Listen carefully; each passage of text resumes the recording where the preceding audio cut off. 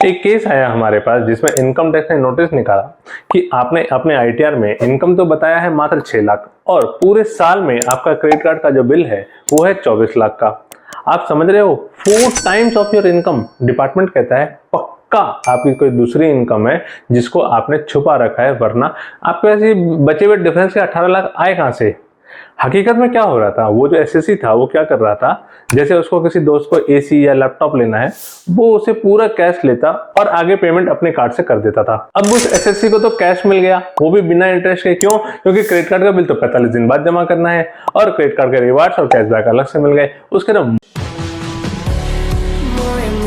और हकीकत में मोए मोए तो तब लग गए जब इनकम टैक्स डिपार्टमेंट वालों ने नोटिस और डिमांड निकाल दिया ये कहकर के ये जो डिफरेंस का 18 लाख है ना, ये आपकी इनकम है। अब ये केस जो है हमारे लिए चैलेंज बन गया था और ये बात इनकम टैक्स वालों के जहन में उतारनी जरूरी थी। ये जो एंट्री है ना, ये इनकम नहीं है, ये सिर्फ आपसी लेन देन है, एक प्रकार से अकाउंटिंग एंट्रीज हैं, एक प्रकार से एडजस्टमेंट्स हैं। कोई लॉ ब्रेक नहीं किया हमने, किसी को कोई फर्क नहीं पड़ा, किसी को इनकम जनरेट नहीं हुई। कुछ उन्होंने डायरेक्ट बैंक में ले लिए थे, कुछ उन्होंने कैश में लेन देन किए थे।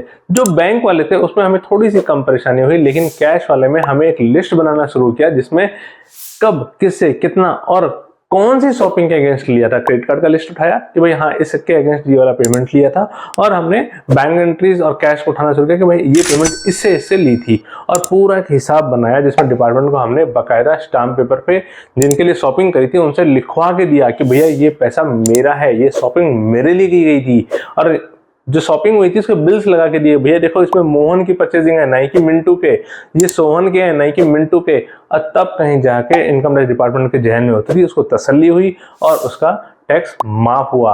अब बात ये आती है कि ऐसे मोहब्बत में ना आप लोग मत पड़ा करो, जहां तक हो उसको अवॉइड करो। फिर भी अगर कभी ऐसा करना पड़ जाए आपको रिश्तेदारी में, कई बार कैशबैक के चक्कर में रिश्तेदारों का प्रेशर में आ जाते हो, तो आप कोशिश करो बैंक में ही एंट्री ले लो और उसी दिन ले लो, वेट मत करो 45 डेज तक, क्योंकि आप उसको क्रेडिट फैसिलिटीज प्रोवाइड नहीं कर रहे हो। आप बैंकिंग नहीं हो, आप एनबीएफसी नहीं हो कि आप उसको क्रेडिट की सुविधाएं दोगे।